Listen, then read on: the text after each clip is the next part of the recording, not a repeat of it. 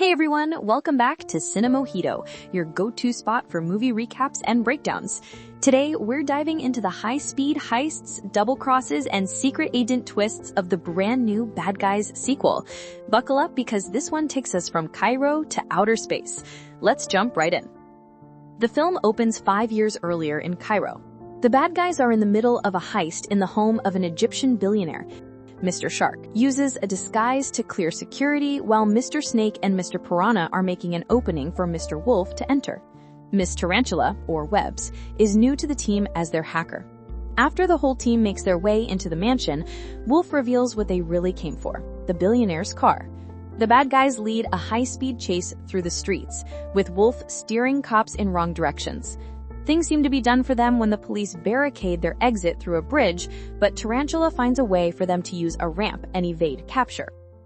In the present day, the gang has tried to commit to reforming and being good guys, but things haven't been easy. The five go out for job interviews, but every potential employer knows of their criminal history and refuses to hire them. Making things more complicated is the appearance of the mysterious Phantom Bandit, who has been stealing various artifacts and utilizing certain techniques previously employed by the bad guys, like a confetti bomb after one heist. Wolf goes to spar with Diane, and although their relationship continues to be heavily flirtatious, they try to keep things professional and stick to only being friends. After Wolf expresses his frustrations with trying to go straight, Diane suggests that he and his friends give the public a reason to believe that they really are good. Wolf goes to the police station to talk to Misty Luggins, who has been promoted from chief to commissioner. She is annoyed to find Wolf in her office, but he tries to offer some insight into the Phantom Bandit crimes, since Luggins is already gearing up to arrest the bad guys again. Wolf brings in Shark, Piranha, and Tarantula. Snake is doing his own thing, and concludes that the bandit is stealing items made of a material called MacGuffinite. The next item being targeted is a championship wrestling belt, the belt of Guatelamango, as it is also made of MacGuffinite. En route to the Lucha Libre match, the bad guys suspect that Snake is the Phantom Bandit, since his recent schedule has been lining up with all the recent bandit heists.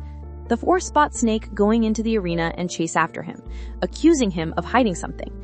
He reveals that he was indeed hiding something, but it's the fact that he is in a new relationship with a raven named Susan. Snake's friends are grossed out by the new relationship, until they spot a pig luchador, whom they believe is the real bandit, about to make a play for the belt. The bad guys end up as participants in the wrestling match, with Shark and Piranha donning matching outfits.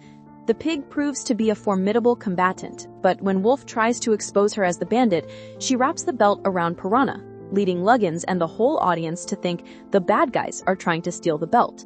The gang gets chased out of the arena by a huge mob, but Susan drives up in a hot dog truck and picks them up. They speed away from the mob, but now Luggins issues an arrest warrant for the bad guys. Susan knocks the gang out and brings them to a hideout. They are confronted by a thief named Kitty Cat, as she is the leader of a trio that consists of her, Doom, and Pigtail, who is a crime nerd. They are fans of the bad guys' work and want their help in one of their planned heists.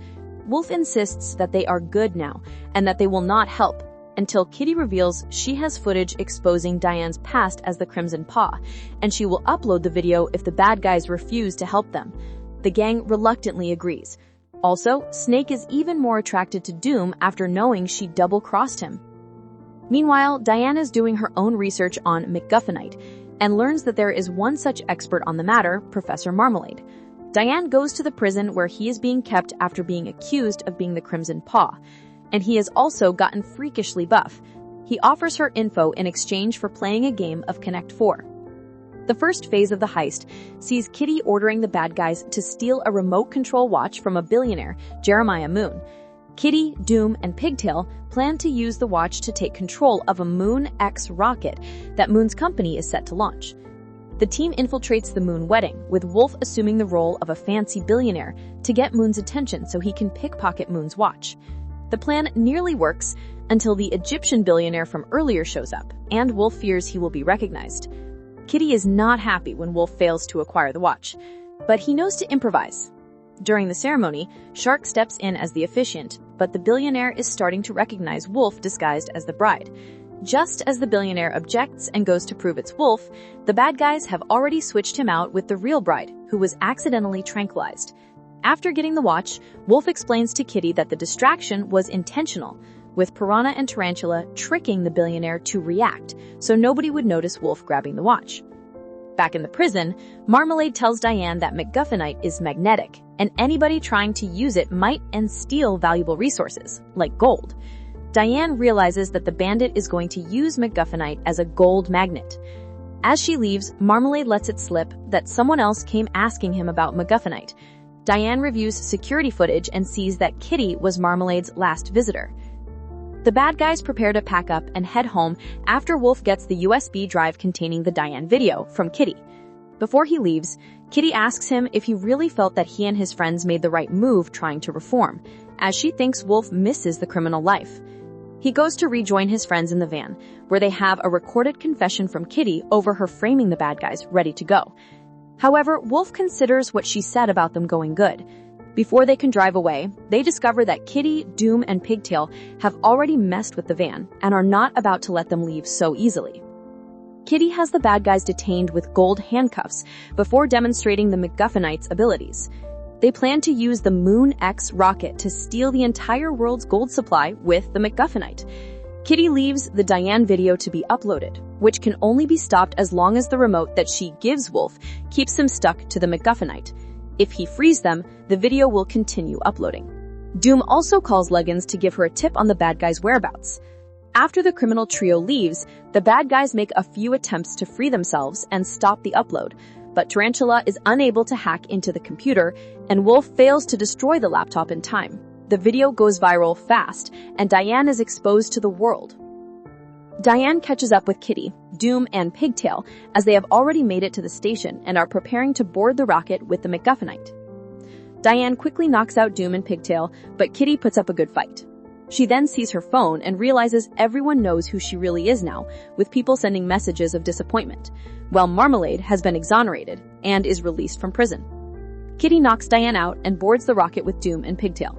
Although tranquilized, Diane is able to get herself inside the rocket before it closes.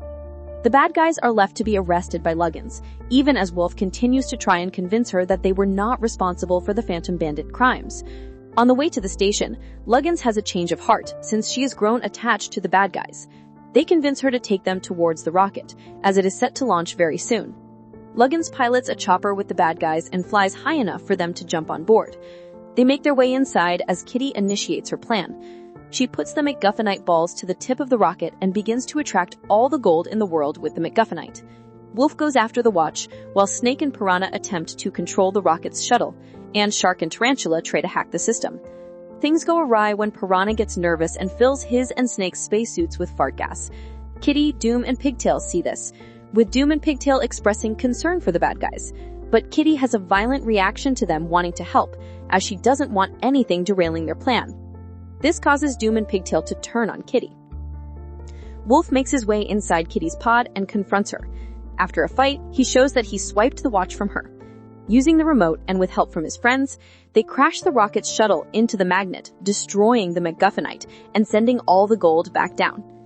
Diane arrives and helps Wolf knock Kitty out into an electrical panel before she and Wolf share their first kiss. Wolf and Diane join Snake, Shark, Tarantula, Piranha, Doom, and Pigtail as their station is plummeting back down to Earth. Cut to what appears to be a funeral for the bad guys and Diane, with Luggins giving an emotional speech, and everyone who ever doubted the bad guys now crying since they saved the world again. It turns out that Luggins was helping the gang fake their deaths, while Kitty, Doom, and Pigtail were all arrested. Doom and Pigtail are given community service for turning on Kitty, who gets sent to prison. Luggins introduces the gang to two men from an international agency, and they want the bad guys' help in future missions. Wolf, Diane, and their friends suit up, as the bad guys are now secret agents. During the credits, Marmalade is seen in space, since his gold limo got pulled up by Kitty's magnet. It is then revealed that his limo is actually a spacecraft, and he's using it to go back to his home planet. And that's the full breakdown of the Bad Guys sequel. From Cairo car chases, to Kitty Cat's gold magnet scheme, to the gang becoming international secret agents. What a wild ride. So, what did you think of this sequel? Do you like the twist of the bad guys turning into spies and Marmalade's reveal in space? Drop your thoughts down below in the comments. I'd love to hear your theories for the next installment. If you enjoyed this recap, don't forget to hit that like button, subscribe for more movie breakdowns, and ring the bell so you never miss an upload. Thanks for watching, and I'll see you in the next one.